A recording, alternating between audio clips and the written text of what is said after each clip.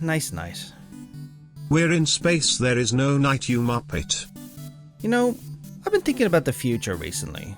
Oh, what you thinking about? The next big world level antagonist. You know, someone to fill the shoes of the Asians. No one can fill their shoes, Wyrm. But they can bloody well try. True that. But you know, aliens might be a good place to start. I love that movie. Now take off the tinfoil hat, I didn't mean little green men or sinister serpents. I meant beings not of Aetheris or its reflections. Beings from the deep dark of the great expanse, even from a different universe. And have valid reasons for thinking about such a being, cause we already have one in FF14. A being of supreme power and destructive force. A being so dangerous in fact, Hydaelyn herself had to seal it away. Ultima the High Seraph. Before we jump into theory mode, and this is going to be a good one, let me go over a bit of what you may have forgotten about Ultima. Let's see, where do we start? We Loporits saw all this go down. It started in Ivalice millennia ago. Good call, but let's rewind to just before that. Before being summoned to Aetheris, the being we know today as Ultima had no name or identity. It was an extra-dimensional being, the embodiment of pure ruination. According to Evolution legend, on the 20th year of the war between the Holy Edoran Empire and the forces of the Zodiac Braves, Ajora Glabados, first of the Braves, enacted a summoning within the Empire's capital city of Malond. An echo flashback tells us Ajora did this out of greed, seeking coin and power.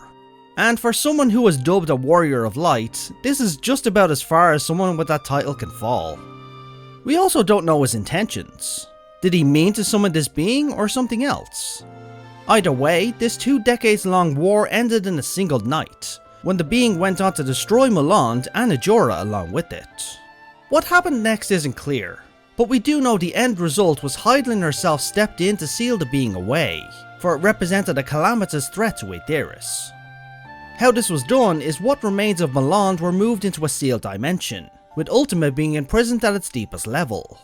This place would come to be known as the Necro Hall of Malond, where we ourselves fought Ultima.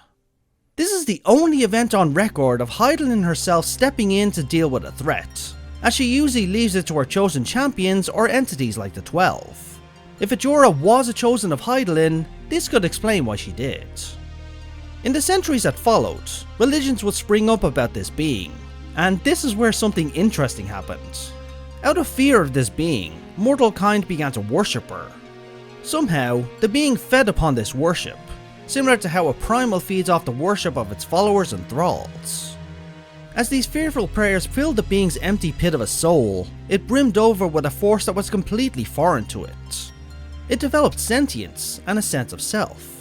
This is how the Ultima we know today came to be.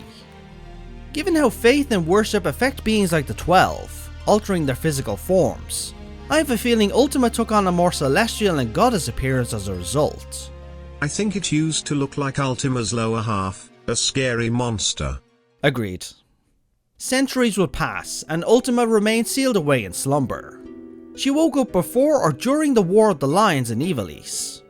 After awakening, she began to create Orosite, and somehow passed them from her prison to Ivalice, where they would be taken up and used as weapons by mortal kind. The conclusion of these events would see Ramza Beowulf, Warrior of Light of his era, venture into the All-One Monastery with his allies, and enter the Necro Hall of Malond. It's there they faced off with Ultima, utilising Orosite she created to combat her. Even with their powers and the Orosite, their party proved no match for the Angel of Blood. They knew that Hydaelyn herself sealed Ultima away before, and they decided to repeat this miracle. They gave up their lives to seal her away, entrusting their very souls to the Orosite they carried, so they would become guardians of Ultima's prison. They did this so that when the day came that another would take up their quest, they would aid them in defeating Ultima. And this finally came to pass when we, the Warriors of Light of the modern era, ventured into the Necro Hall and defeated Ultima once and for all, with the help of Ramza and his allies.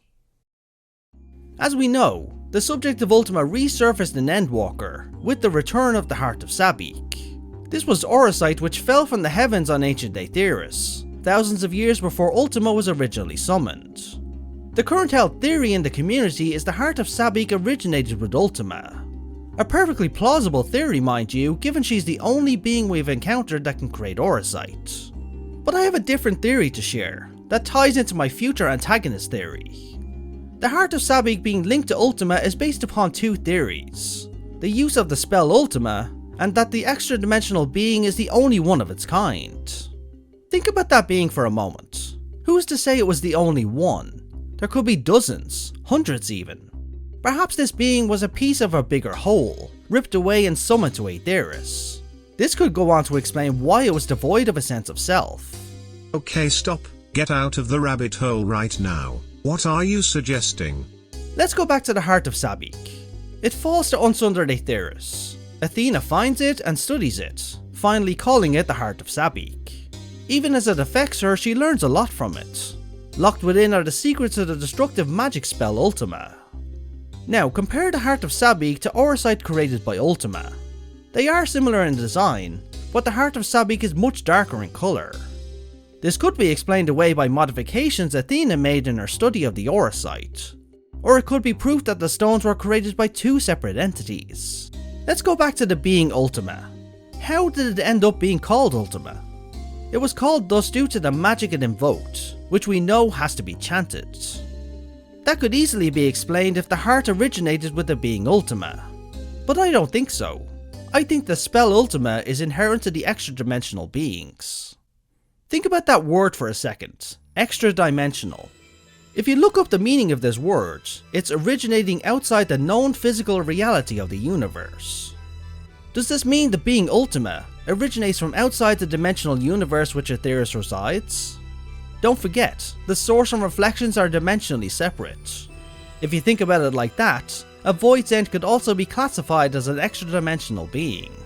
But I think the being Ultima, and entities like her, exist in an entirely different dimension, separate from our own. As I was doing my research, this quote from Makoto, a Sharlayan Archon, struck me as interesting. I have spoken with several colleagues back in Sharlayan regarding their opinions on the ancient incantation, and while they have little to show for their research, they all agree on one thing: the manner in which Ultima etherically manifests should not be possible, at least on Hydaelyn. The spell itself is completely alien to modern spell practices on Aetheris, easily explained as it originates with beings from another dimension. You're getting off track, Wyrm. Get back to future enemies. Oh, I'm getting to that. Listen to this.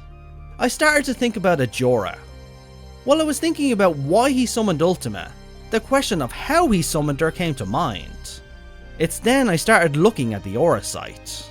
Hold on just a Moogle dang minute, are you suggesting what I think you are? Exactly.